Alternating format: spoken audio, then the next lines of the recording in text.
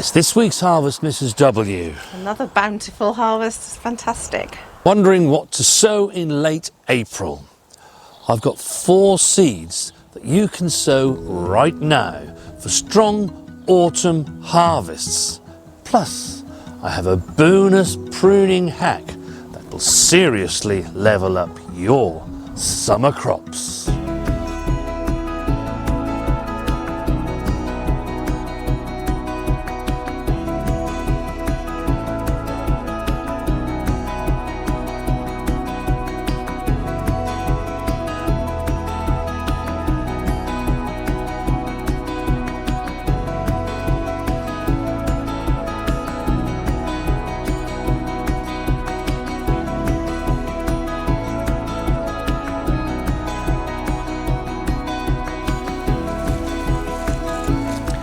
It's taken 10 long months to produce this cauliflower. But actually, from April week 4 is the time when we need to be sowing many of the successional plants that will give us harvests like this. This cauliflower was actually sown last May.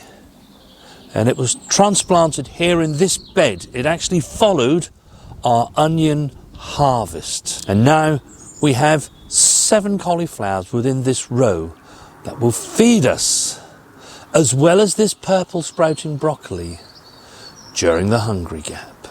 As amazing as that cauliflower was, and I'm very happy with it and the others that we're going to be getting, actually April week 4 and the first part of May, that's when we actually want to be sowing seeds for things that we want to be eating in the autumn months. So that's September through to the end of November. Now the first thing we're going to start with are those Christmas favourites, Brussels sprouts. Now, I'll probably hear many of you cry, I've already sown mine. And that's fine. But you will find yourself having to keep potting them on until they can go out into your plots.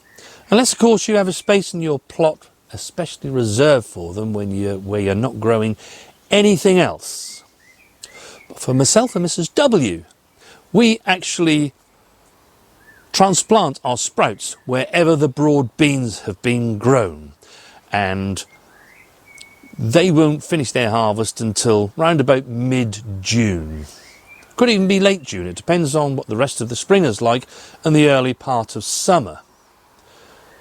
So why would I want to sow those in February or March? Because they get quite large plants and I'll just have to keep potting them on and potting them on to keep them going. And I'm quite a lazy gardener. If I don't have to do something, I won't do it. So for us, late April, early May is the time when we want to sow our Brussels sprouts. Brussels sprouts need a long growing season, and even being sown now, right at the very end of April, are still a long time, because we won't see a harvest, well, for this particular variety we're growing, until round about the end of November. What I don't want to do is to tie up that ground from, if you major sowing in February or March, I'll be going in April, and it's just tying up ground. When there's really no need to do that, you can get another crop in there and have that harvest before these go out.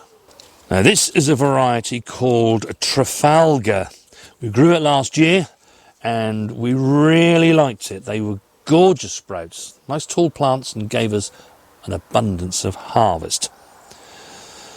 And what I'm going to do, I'm going to sow 2 rows in here of these sprouts, 2 seeds in each cell, and then if 2 actually do come up, we shall thin to the strongest seedling. Now Brussels sprouts are particularly good to grow because they have a long window of harvest. As I said, these will start their harvest at the end of November, and providing we haven't eaten them all by Christmas, they'll last on the plants for another couple of 3 months. This particular variety, we actually pulled the plants up right at the end of February. So we were enjoying sprouts November, December, January and February. And that's the great thing about growing your food that you're going to eat over the autumn period through into the winter, because they have a really long harvesting period. So for sprouts, as I say, they can go right the way through to February, in some cases March of the next year. And with things like cabbages, they hold in the ground. You don't need to worry about harvesting them as soon as they're ready like you do summer ones. Because the cooler weather, it acts like a fridge outside, it just keeps it nice and fresh. Next thing I want to sow is some more Romanesco. We do really like the Romanesco. And if you remember, we sowed some Romanesco in our last What to Sow video in April week 3. They will give us a harvest early in the autumn. But this variety will give us a harvest during November and early December. It is a variety called Overwintering. Haven't grown it before, but I was attracted to it because of its late harvest. And just as I do with all brassicas, we're aiming for 2 seeds per cell. Next, I want some cabbages for the autumn harvesting period. This is a variety called Best of All. And as usual, I've sown 2 seeds per cell, and I shall do exactly the same with this one, only this one is called Savoy Cabbage Perfection.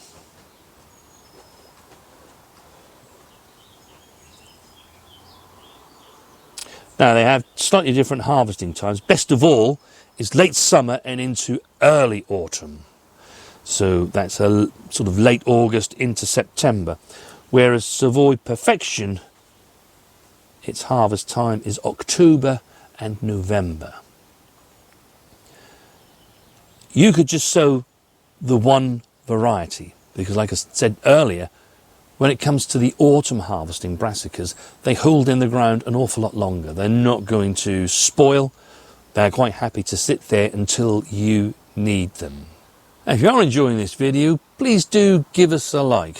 It helps the reach on YouTube, and other people will be able to watch it, and it helps myself and Mrs. W actually achieve our goal.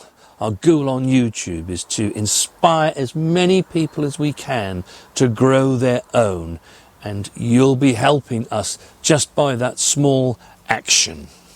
At the beginning of the video you saw me harvesting a lovely cauliflower, and although cauliflowers are not the most easiest things to grow, so people say, actually they are. All you really need to do is to ensure that they don't ever receive a check in their growth. That's what makes a poor cauliflower or a poor harvest. Cauliflowers like to have regular water and regular nutrients to keep it growing. And if you can't provide that, that's when you get those awful harvests and you think, oh, cauliflowers are just too difficult for me to grow. Believe me, they're not. Well, what I do find when it comes to cauliflowers is that if you can find varieties that harvest at the time you want them, that seems to work really well. You can get things like all round or all year round harvests. I don't find they work that great. They harvest at certain times of the year, but actually their claim of harvesting all year around, I don't really find that works well for us. Whereas if I find cauliflowers that are either autumn harvesting or summer or spring, I find they work a lot better for us. And it's the same with what we're going to sow now. This next variety is a variety called Skywalker. And it's a nod to Mrs. W because she's a huge Star Wars fan. So she'll probably go around the garden, because she does like to talk to the plants. And she'll probably say, how are you getting on, Luke? I talk to the plants because sometimes I get more sense from them than I do from you, Barry. Yes, I can imagine that.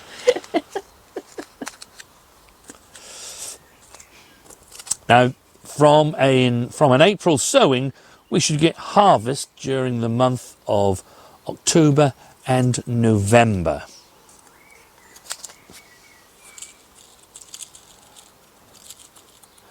And of course, that's the time of the year that, we really benefit from these cauliflowers. You don't need too many of them in the summer,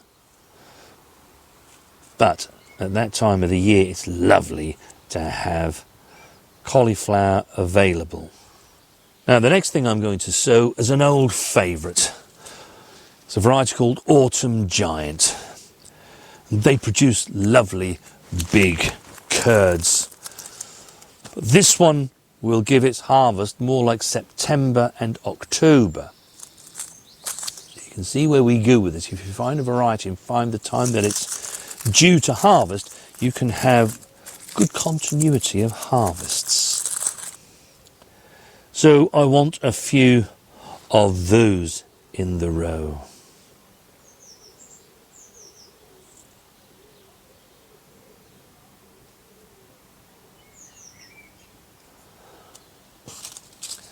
Now, I am going to be putting a poll up shortly after this video goes out, and we have 6,500 subscribers now.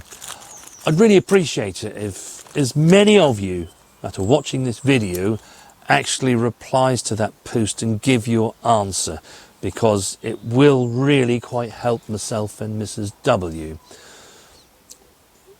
The more answers we get on the poll, the better it helps us shape what we're going to be filming a bit later on in the year. So please do take part in that, and as I say, it will really help us out. The last cauliflower that I want to sow is a variety called Sendis. We've grown it before, we've grown it for the last couple of seasons, and ever since I found it, I don't think, unless I find something better, I don't think we'll ever stop growing it. It's really handy because it's one of those cauliflowers that from a late April to May sowing, you'll get a late November to January harvest. So I'm going to sow some now, right at the end of April. That should give us harvest sort of November and December time. And then I shall do another sowing in May, which they should harvest then during the month of January. And I do need to buy another pack of these, Mrs. W, because I think there's actually 4 seeds left. I think you're right. Less than we realised. Yep, when I had a peek. So let's get those sown, and yeah, I'll have to invest in some more of those. Yes. Although I like to sow 2 seeds per cell to improve the germination chances, because I only have 4 seeds, they're only going to get 1, and hopefully that germination comes about. Even if only 2 of them actually come up, it's 2 in the row that we shall get. And then, as usual, we shall cover them over with vermiculite. Works really well for us. We were actually watching somebody on YouTube a couple of nights ago, and they were saying how all the compost had sort of green algae all over it. Now, if you see that, it actually doesn't harm your plants in most cases. They'll continue to thrive and grow on. But it does look unsightly, and it's not something you really want to see. And by using the vermiculite that we use, that stops that, because you haven't got compost on the top. The seedling's going to come through up through this vermiculite. But also bottom watering, as we always do. And then the water's never actually touching the top of the compost, and you'll see less of that. So Mrs. W's prepared a water bath. They can go in there. They'll be in there for the next 20 minutes, half an hour, just until they have soaked up enough water. Now you can see here that our chilli plants are doing really well, are of a good size, and will be of a good size when these go out in about 3 weeks' time. Still a little bit on the cool side. We're starting to see nighttime temperatures that are climbing to around about 7 degrees overnight. These really want an overnight temperature of about 10 degrees to be able to thrive. But we are not seeing 7 degrees every night. but it is slowly getting there. We're seeing 7 degrees more than we are 2 degrees. So in about another 3 weeks' time, sometime around mid-May, perfect time to be planting these plants out. But I did say I'd be giving you a bonus hack. Now, if you just leave this plant like this, you will get chilies, but you won't get very many. What we want to do is to encourage this plant to become more bushier. The more laterals it starts to send out, the more flowers will come, which will equal a larger yield of your chili peppers.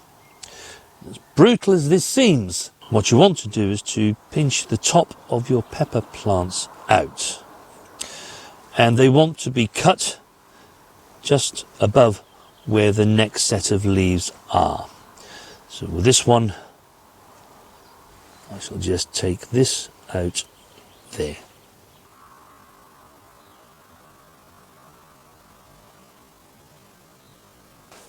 And now you can see this is one that Mrs. W did earlier, about a week ago, was it?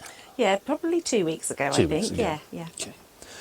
And you can see that compared to this one, where it only has the normal set of leaves coming out, it's got many more laterals actually appearing. And those laterals will carry the flower buds.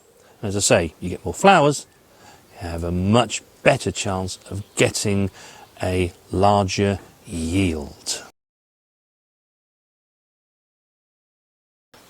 Now this is one of our overwintered pepper plants. This is a sweet pepper, isn't it? Yes, it is, yeah. And it's called Bullhorn Yellow.